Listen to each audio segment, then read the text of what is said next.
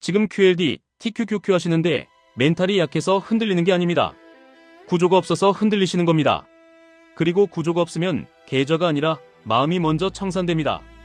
QLD, TQQQ는 수익을 3배로 키우는 상품이 아니라 감정을 3배로 키우는 상품입니다. 그래서 멘탈이 강한 사람이 이기는 게 아니라 통제감을 가진 사람이 이깁니다.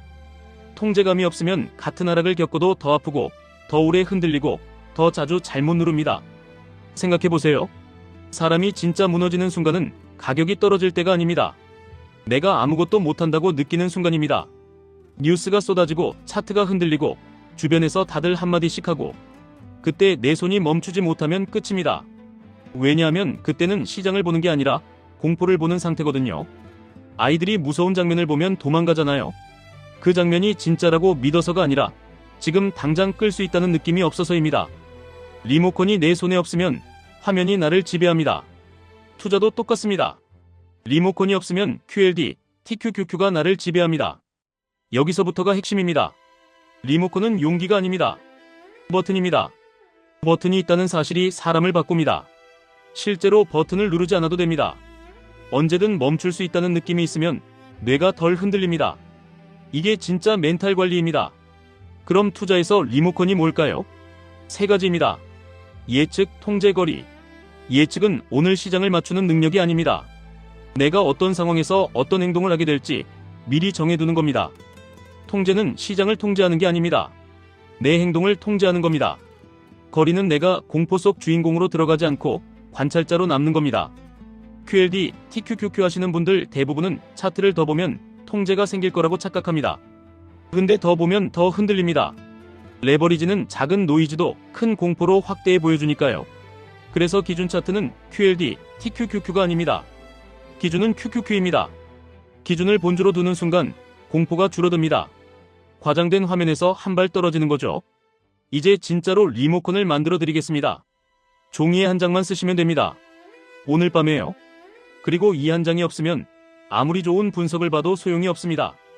왜냐하면 분석은 머리를 설득하지만 공포는 손을 움직이기 때문입니다. 첫 번째 버튼, 소음 중단 버튼을 만드셔야 합니다. 하락장에 가장 치명적인 건 하락이 아니라 소음입니다. 단톡방, 유튜브 급등 급락 썸네일, 속보 자극 문구, 누가 팔았다 누가 샀다. 이 소음이 QLD, TQQQ를 폭탄으로 바꿉니다. 그래서 정해두셔야 합니다. 장 시작 전에는 뉴스 금지, 장중에는 속보 금지, 장마감 후에만 복귀. 이거 하나만 해도 멘탈이 살아납니다. 왜냐하면 내가 끌 수 있다는 느낌이 생기니까요. 두 번째 버튼, 신규 매수 중단 버튼입니다. 많은 분들이 폭락하면 뭘 해야 하는지 묻습니다. 근데 더 중요한 건 뭘 하지 말아야 하는지입니다. 추세가 꺾인 구간에서는 신규 매수를 멈춘다. 이 한 문장이 버튼입니다. 버튼이 있어야 손이 멈춥니다. 버튼이 없으면 손은 계속 눌러요. 그게 인간입니다. 세 번째 버튼, 현금 쿠션 버튼입니다. 현금은 수익을 못 내는 돈이 아니라 통제감을 주는 돈입니다. 통장에 여유가 있는 사람은 같은 스트레스를 받아도 덜 무너집니다. 그 이유는 단순합니다. 언제든 선택할 수 있다는 느낌이 있기 때문입니다. QLD, TQQQ는 현금이 없으면 절대 하면 안 됩니다. 현금이 없으면 변동성은 공포가 되고 공포는 행동을 망가뜨립니다. 그럼 쿠션을 얼마로 두냐? 정답은 하나입니다.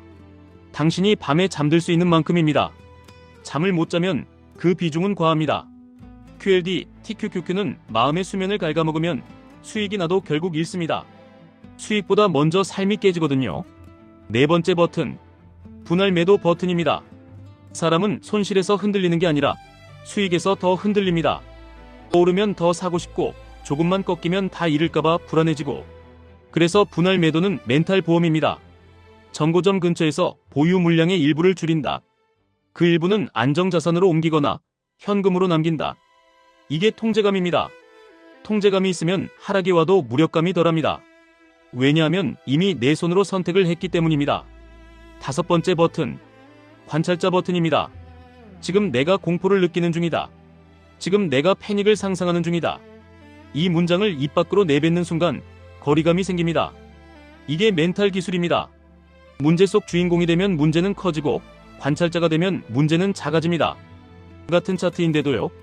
여기서 QLD, TQQQ에 딱 맞는 관찰자 루틴을 드리겠습니다. 하락이 오면 바로 매수하지 마시고 3분만 하세요.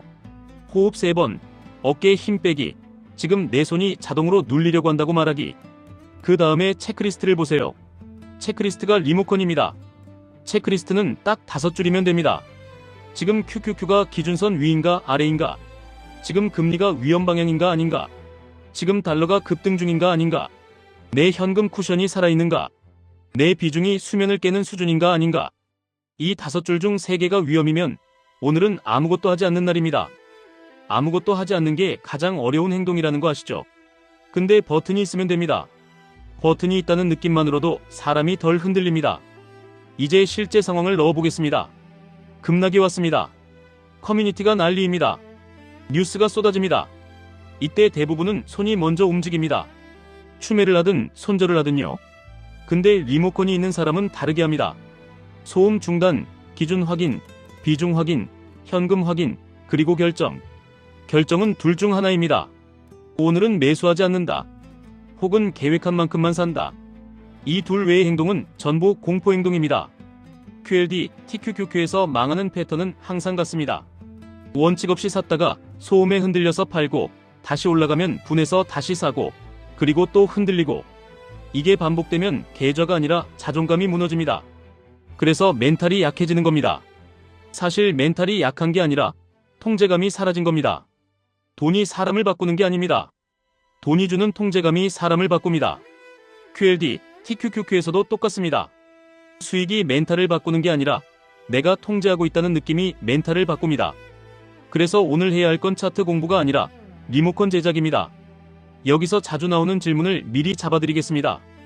폭락하면 무조건 사야 하나요? 아니요. 폭락은 기회가 될 수도 있지만 함정이 될 수도 있습니다. 폭락에서 중요한 건 가격이 아니라 조건입니다. 조건이 맞을 때만 사는 사람이 이깁니다. 조건이 없으면 폭락은 공포가 되고 공포는 실수로 이어집니다. 그럼 손절은 안 하나요? 손절을 하느냐 마느냐가 핵심이 아닙니다. 손절을 고민하게 만드는 비중이 핵심입니다. 잠을 못 자는 비중이면 이미 늦었습니다. 그 비중을 조절하는 게 리모컨입니다. QLD보다 TQQQ가 더 위험한가요? 네, 더 위험합니다. 그건 상품이 나빠서가 아니라 변동성이 더 크기 때문입니다. 변동성이 큰데 리모컨이 없으면 멘탈이 더 빨리 무너집니다. 그래서 어떤 걸 고르느냐보다 먼저 리모컨을 만들라는 겁니다. 나는 멘탈이 너무 약해서 못하겠어요. 그 말 자체가 착각입니다. 멘탈은 성격이 아니라 환경입니다. 환경이 바뀌면 멘탈이 바뀝니다.